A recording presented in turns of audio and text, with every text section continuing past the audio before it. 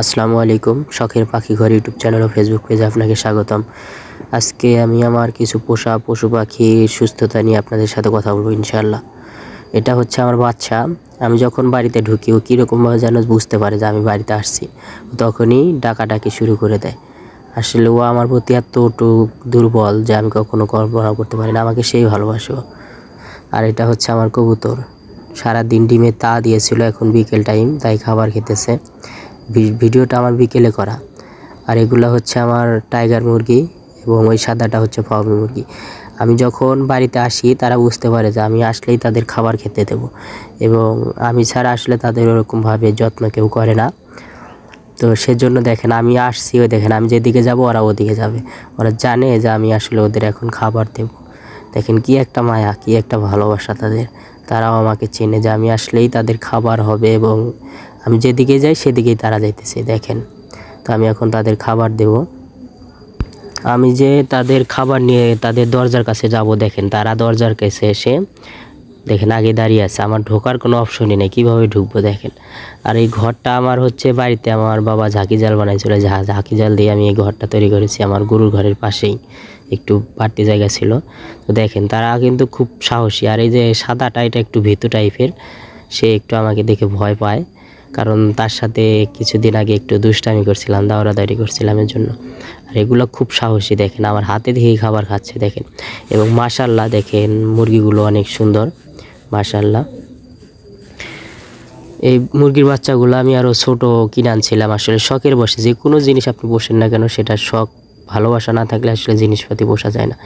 এবং তাদের সুস্থতাও নির্বাচন করতে হবে। তাদের সঠিক সময় সঠিক পরিচর্যা, সঠিক মেডিসিন সব কিছুই সঠিকভাবে দিতে হবে এবং খাবার দিতে হবে। দেখেন তারা আসলে বুঝতে পারছিল যে আমি আসলাম এবং এখন তাদের আমি খাবার দেবো। তো এর জন্য তারা আমার পিছনে ছোটাছুটি শুরু করতেছিল। তো দেখেন তারা কি সুন্দর করে খাবার খাইতেছে, আমার হাত থেকে খাবার খাইতেছে। তো দেখলাম যে আসলে দুজনে খাইতেছে, আরগুলো খাইতে পারতেছে না, তাই আমি একটু ঢেলে দিলাম এখানে একটা পাত্রতে। এখানে আমি আরও মুরগি আনছিলাম, কিছু মুরগি আমি বিক্রি করে দিয়েছি, এখন 4টা আছে। তো মাশাআল্লাহ মুরগিগুলো অনেক বড় হয়ে গেছে। আমি যখন আনছিলাম তখন ধরেন 20-25 দিনের বয়সের বাচ্চা আনছিলাম। আর এগুলো হচ্ছে আমার বাজিগার পাখি। বর্তমানে 2টাই আছে, আরগুলো যে ছিল ওগুলো আমি সব সেল দিয়ে দিয়েছি, বিক্রি করে দিয়েছি। আমার অনেক ছোট ভাই কিনে নিয়েছে।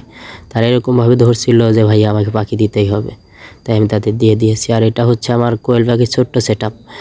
আমার একবার কোয়েল পাখি কিছু আনছিলাম, তো এক অসাধু ব্যবসায়ী আমাকে আমি তখন অতটা একটু শিওর ছিলাম না, বাচ্চা আনছিলাম, তো আমাকে মেল বাচ্চা ধরাই দিছিল বেশি, ফিমেলের চেয়ে মেল ধরাই দিছিল বেশি। তাই বাচ্চা আনছিলাম আমি টোটালে 22টার মতো, তো আমার মেলই হয়েছে বেশি। তাই মেলগুলো আমি বিক্রি করে দিয়েছি রিজেক্ট হিসেবে, এবং কিছু ফিমেল আছে এখানে, 3-4টা ফিমেল আছে। আরও কিছু কোয়েল পাখি আনবো ইনশাআল্লাহ।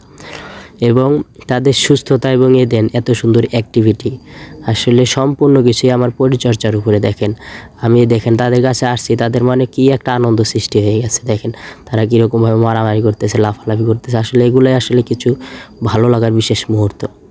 আপনার মন ভালো নেই, দেখবেন যে বাড়িতে যে পোষা পাখিগুলো আছে বা পোষা প্রাণীগুলো আছে, যাদের কাছে আপনি প্রতিনিয়ত যান, তাদের কাছে যান, দেখবেন যে আপনার মনটা ভালো হয়ে যাবে। এটা আমার দিক দিয়ে বলতেছি, আপনাদের কেমন লাগে জানি না। দেখেন আমাকে দেখলেই তারা আসলে অন্যরকমের একটা ফিল করে।